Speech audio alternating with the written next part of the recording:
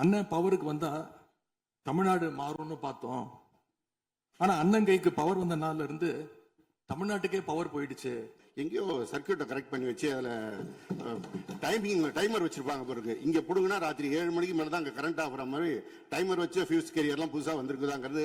ஏற்கனவே நீங்கள் செஞ்ச எல்லாமே எவ்வளவு தூரம் டிரான்ஸ்ஃபார்மர் வாங்குனீங்க எல்லாமே சிபிஐல 3 வருடம் கடுமையான போராட்டத்திற்கு அப்புறம் சிபிஐல வழக்கு இருக்கு. சும்மா சொல்லக்கூடாது. நம்முடைய முதலமைச்சர் அவர்கள் ஆட்சிக்கு வந்த ஒரே மாசத்துல தமிழ்நாட்டிலேயே தன்னுடைய பெரம்பூர் தொகுதியை நம்பர் 1 தொகுதியாக மாத்தி காட்டிட்டார். எதுல நம்பர் 1 பாத்தீங்கன்னா, இன்னைக்கு தமிழ்நாட்டிலேயே மின்வெட்டுல நம்பர் 1 தொகுதி பெரம்பூர் தொகுதி தான். அதுவும் ஆளுங்கட்சிக்காரங்க என்ன தெரியுமா பேசிட்டு இருக்காங்க, அண்ணன் பவருக்கு வந்தா தமிழ்நாடு மாறும்னு பார்த்தோம். ஆனா அண்ணன் கைக்கு பவர் வந்த நாள்ல இருந்து தமிழ்நாட்டுக்கே பவர் போயிடுச்சு அப்படின்னு இன்னைக்கு ஆளுங்கட்சிக்காரர்கள் பேசிட்டு இருக்கிறாங்க. மாண்புமிகு மின்துறை அமைச்சர், மாண்புமிகு பேரவைத் தலைவர் அவர்களே, மாண்புமிகு முதல்வர் அவர்களே, மாண்புமிகு எதிர்கட்சி தலைவர் சொல்றப்ப தமிழ்நாட்டுக்கு ஏதோ மின்வெட்டு இருக்குன்னு சொல்லியிருந்தாரு. நாங்கள் ஒவ்வொரு நாளும் தமிழ்நாட்டில் எங்கெங்க எதனால மின்வெட்டு விழுதுன்னு நம்ம பப்ளிஷ் பண்ணிட்டே வரோம், டேஷ்போர்ட் பப்ளிஷ் பண்ணிட்டே வரோம். அதுல எதனால என்ன காரணம்னு சொல்லிட்டே வரோம். இந்த துறை ஏன் இப்படி இருக்குன்னு நாங்க ஏற்கனவே தெளிவா சொல்லிடுறோம்.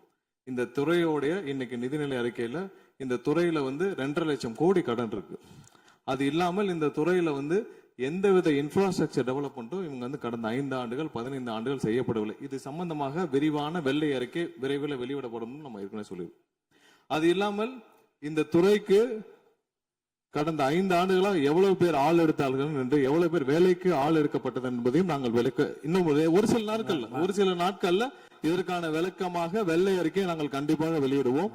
இந்த துறையில் பாத்தீங்கன்னா இப்ப வேக்கண்ட் மட்டும் 70,000 வேக்கண்ட் இருக்கு. இது எல்லாம் சீரமைத்து இந்த ஒரு வாரமாக 10 நாட்களாக மொத்தம் 125 குழுக்கள் அமைக்கப்பட்டிருக்கு. இந்த துறையில நம்ம எதனால இந்த மின்வெட்டுகளை சரி செய்ய 125 குழுக்கள் அமைக்கப்பட்டு 500 பேர் வெளியிலிருந்து கான்ட்ராக்ட்லாம் எடுக்கப்பட்டு எங்கெங்கெல்லாம் மின்வெட்டுகள் இருக்கோ அது சரி செய்யப்பட்டிருக்கு. கடந்த ஒரு வாரமா நீங்க பார்த்திருப்பீங்க, ஒவ்வொரு நாளும் எதனால் மின்சாரம் தட்டுப்படுதுன்னு சொல்லி பப்ளிஷ் பண்ணிட்டே இருக்கோம். பொதுவாக குற்றச்சாட்டுகள் சொல்லுவதை தவிர்த்து விட்டு எங்க ஸ்பெசிபிக்கா எந்த நாள்னு சொல்லிட்டு பெரம்பூர்ல அதான் சொல்றோமே, பெரம்பூர்ல எத்தனை முறை மின்சாரம் தட்டுப்படுச்சு, எதனால தட்டுப்படுச்சு, எவ்வளவு நேரத்தில் அது சீர் செய்யப்பட்டது, சரி செய்யப்பட்டதுன்னு பார்த்திருக்கோம். எங்கெங்கெல்லாம் ஃபியூஸ் திருட்டுக்கு நடக்கப்பட்டதோ அவர்களெல்லாம் கைது செய்யப்பட்டிருக்கிறார்கள். அதே மாதிரி வேற எங்கெல்லாம் சிசிடிவி இல்லாத இடத்தில் இருக்குதோ அங்கெல்லாம் ரோந்து பணிகள் அதிகரிக்கப்பட்டிருக்கு. கடந்த 10 நாட்களாக எங்கெங்கெல்லாம் தேவையில்லாமல் மின்வெட்டுகள் ஏற்படுத்தப்பட்டதோ, ஓவர்ஃப்ளோ லோடு அதிகமாக அனுப்பப்பட்டு அதெல்லாம் உடனடியாக சீரமைக்கப்பட்டிருக்கு. ஒவ்வொரு நாளும் குறைஞ்சது 50 to 55 இடத்துல மின்சாரம் தட்டுப்பாடு அங்கங்க மின்வெட்டு ஏற்படுது. சோ அதுல 35 இடத்துக்கு கீழேயாவது 1 மணி நேரத்துக்குள்ள சரி செய்யப்பட்டு வருகிறது. அதுக்கான டேஷ்போர்டுக்கு தெளிவாக எதிர்கட்சி தலைவர் பார்த்து விட்டு பேசினால் நன்றாக இருக்கும். மாண்புமிகு முன்னாள் அமைச்சர் மாண்பு உறுப்பினர் செந்தில் பாலாஜி அவர்கள். மாண்புமிகு பேரவைத் தலைவர்களே, எங்களுடைய எதிர்கட்சி தலைவர்கள் சொன்னார்கள் மின்வெட்டு சம்பந்தமாக. இப்போதைய அமைச்சர் அவர்கள் அது குறித்து கருத்துக்களை சொன்னார்கள். கடந்த 5 ஆண்டுகளில் சீரான மின் விநியோகத்திற்கு 393 துணை மின் நிலையங்கள் அறிவிக்கப்பட்டு அதற்கான பணிகள் பெரும்பான்மையாக முடிக்கப்பட்டு பயன்பாட்டிற்கு கொண்டு வரப்பட்டிருக்கின்றன. ஒவ்வொரு ஆண்டும் தேவைக்கேற்ப கூடுதல் மின் தேவை ஏற்படுகின்ற பொழுது அதற்கான ஏற்பாடுகள் செய்யப்பட்டு புதிய மின் உற்பத்தி திட்டங்கள் வரை அறிவிக்கப்பட்டு அது செயல்பாட்டுக்கு கொண்டு வரப்பட்டிருக்கின்றன. ஏறத்தாழ 90,000 மின்மாற்றிகள் கடந்த 5 ஆண்டுகளில் புதிதாகவும் பழுந்தடைந்ததையும் மாற்றி சீரமைக்கப்பட்டன. ஒரு அமைச்சர்கள் ஒரே அதாவது ஒவ்வொரு ஆண்டும் கூடுகின்ற பொழுது மின் தேவை கூடுகின்ற பொழுது அதற்கான ஏற்பாடுகளை நிர்வாக ரீதியாக செய்ய வேண்டியது அரசினுடைய கடமை.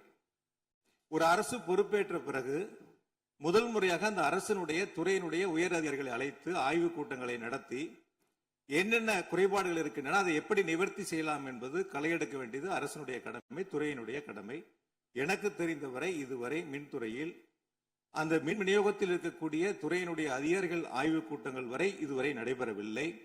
அதைத்தான் அங்கிருக்கு பணியாற்றக்கூடியவர்கள் சொல்கின்றார்கள். இப்பொழுது இருக்கக்கூடிய பணியாளர்களை வைத்துத்தான் கடந்த 5 ஆண்டுகளும் மிக சிறப்பாக எந்தவித மின்தடையும் இல்லாமல் சீரான மின் விநியோகம் வழங்கப்பட்டன.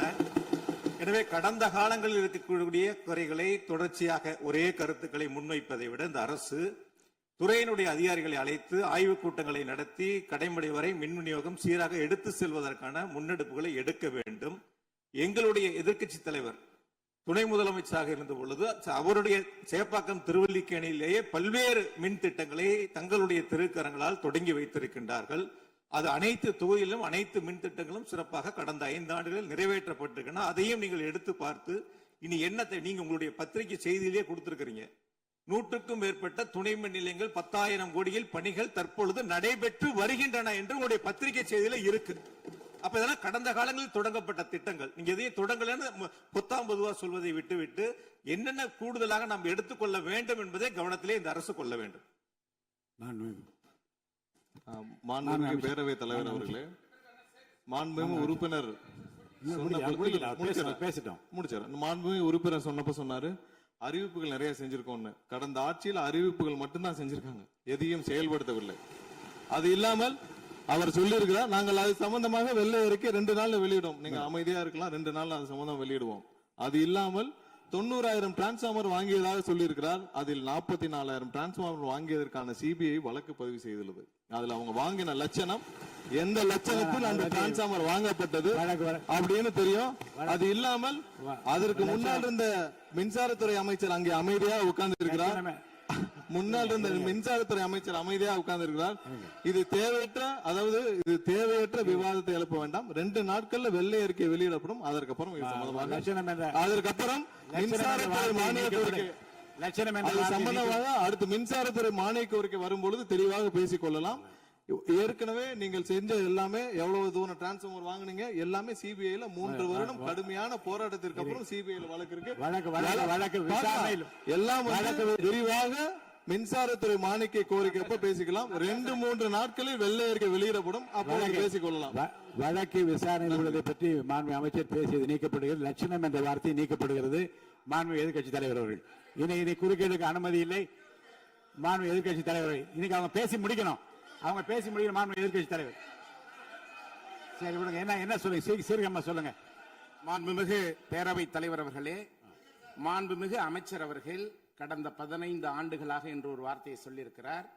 கடந்த 15 ஆண்டுகளுக்கு முன்பாக மாண்புமிகு இதய தெய்வம் புரட்சி தலைவி அம்மா அவர்கள் தமிழகத்துடைய முதலமைச்சராக இருந்த பொழுது தமிழகத்தை மின் மிகை மாநிலமாக மாற்றி தமிழ்நாட்டிற்கு தேவையான மின் உற்பத்தியை விட அதிகமாக உற்பத்தி செய்து அண்டை மாநிலங்களான கேரளா, கர்நாடகா, ஆந்திரா போன்ற மாநிலங்களுக்கு மின்சாரத்தை விற்பனை செய்த மாநிலம் தமிழ்நாடு என்பதை இந்த அவையிலே பதிவு செய்கிறேன். எல்லாம் வெள்ளை அறிக்கை வருகிற போது எல்லாம் வெட்ட வெளிச்சமாகிவிடும். அதுக்கப்புறம் பேசுங்க, நீங்க பேசுங்க. எதிர்க்கட்சி தலைவர் அவர்கள்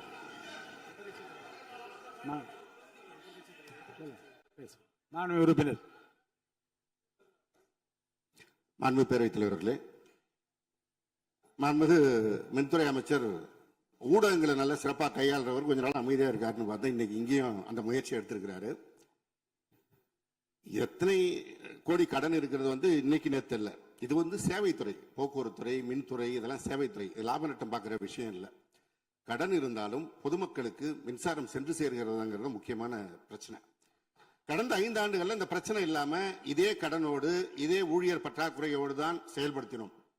ஊழியர் பற்றாக்குறையை எப்படி சரி செய்வதுங்கிற பிரச்சனை எங்களுடைய ஆட்சி அமைந்த பொழுது கொரோனா உச்சத்தில் இருந்தது, பொருளாதார நெருக்கடி இருந்தது. அதையெல்லாம் படிப்படியாக சீரமைத்து அப்பொழுதுதான் நம்முடைய முன்னாள் மின்துறை அமைச்சர் சகோதரர் செந்தில் பாலாஜி அவர்கள் சொன்னது போல 95,000க்கு மேற்பட்ட டிரான்ஸ்பார்மர்ஸ் அங்கங்க நிறுவி இருக்கோம். அது எல்லாமும் போட்டோ எடுத்து அவர் எல்லாத்தையுமே ரெக்கார்ட் பண்ணி வச்சிருக்காரு. வேணா உங்களுக்கு அதெல்லாம் கொடுக்குறோம். சட்டமன்றத்திலும் எல்லோருக்கும் வழங்கப்பட்டது. அதே போல பெரம்பூர் தொகுதிக்கு பக்கத்து தொகுதியான எங்களுடைய தலைவர் தளபதி அவருடைய தொகுதியான குளத்தூர் தொகுதியில 220 kVA புதிய மின் நிலையம் துவக்கி வைக்கப்பட்டு அந்த பகுதி எல்லா பகுதிக்கும் சேர்த்துதான் சரி செய்வதற்கான வாய்ப்பு வழங்கப்பட்டிருக்கிறது. போய் நீங்க கொஞ்சம் ஆய்வு பண்ணுங்க. அடுத்தது ஃபியூஸ் கேரியர் திருடு போனதை சொன்னார். ஒரு சிறப்பான காட்சியை வெளியிட்டார். பகல் நேரத்தில் சிறப்பான வெயிலில் ஃபியூஸ் கேரியர் திருடப்படுகிறது. அப்ப திருடு போனது ராத்திரிக்கு தான் கரண்ட் ஆஃப் ஆகுது. எங்கேயோ சர்க்கியூட்டை கரெக்ட் பண்ணி வச்சு அதுல டைமர் வச்சிருப்பாங்க பிறகு. இங்க புடுங்கன்னா ராத்திரி 7 மணிக்கு மேல தான் அங்க கரண்ட் ஆஃப் ஆகிற மாதிரி டைமர் வச்சு ஃபியூஸ் கேரியர்லாம் புதுசா வந்திருக்குதாங்கிறது எங்களுக்கே சந்தேகமா இருக்கு. பேரவைத் தலைவர் அவர்களே கொஞ்சம் இருங்க. ஒரு புகார் சொல்லுகிற போது இந்த ஃபியூஸ் கேரியர் முன்னவர் மாண்புமிகு பேரவைத் தலைவர் அவர்களே, முன்னாள் மின்துறை அமைச்சர் விளக்கத்தை சொன்னார். அதையே நீங்கள் கோடிட்டு நீங்களும் பல்வேறு விளக்கங்களை சொல்வது இந்த சபையில் உடைய நேரத்தை போக்குவது மட்டுமல்ல, சபைக்கு மீண்டும் உங்களுக்கு பதிலளிக்க வேண்டிய நேரம் இருக்கிறது, எதிர்க்கட்சி தலைவர் அவர்கள் பேச வேண்டிய நேரம் இருக்கிறது. ஆகவே நீங்கள் இந்த நேரத்தை தவிர்த்து நீங்கள் பேசுகிற போது இந்த கருத்துக்களை சொல்லலாம். மாண்புமிகு எதிர்க்கட்சி தலைவர் அவர்கள் நீங்க பேசலாம். முடிச்சிட்டீங்க. ஃபியூஸ் கேரியர் திருடு போறது மாத்திரம் இல்ல, தனிப்பட்ட நபர்களுடைய மோட்டார்ல இருக்கிற காப்பர் வயருக்காக திருடுவது என்பது காலங்காலமாக நடந்து வருவது. ஏதோ ஃபியூஸ் கேரியர் வந்து அதுல இருக்கிற காப்பருக்காக திருடினாங்கன்னு இப்போ ஒரு கண்டுபிடிப்பை வெளியிட்டு இருக்கிறீங்க. இது தனியாருக்கு நடப்பது, அரசுக்கும் நடப்பது. ஆனால் அந்த ஃபியூஸ் கேரியர் எந்த நேரத்தில் திருடப்பட்டது என்ற காட்சியை நீங்கள் தான் வெளிப்படுத்தினீர்கள். அதற்கும் இதற்கும் சம்பந்தம் இல்லை. எனவே வெளியில பேசுற மாதிரியே சபையில் பேச வேண்டாம் என்பதனை தயவு செய்து கேட்டுக்கொள்கிறேன். நேரத்தை பத்தி அவை முன்னவர் சொன்னீங்க. நம்முடைய அவைத்தலைவர் 50 நிமிஷமா பேசிட்டு இருக்காரு. நாளில் ஒரு பகுதி நேரம் அண்ணன் தான் பேசிட்டு இருக்காரு. அப்படி திருப்பி பேசுங்க.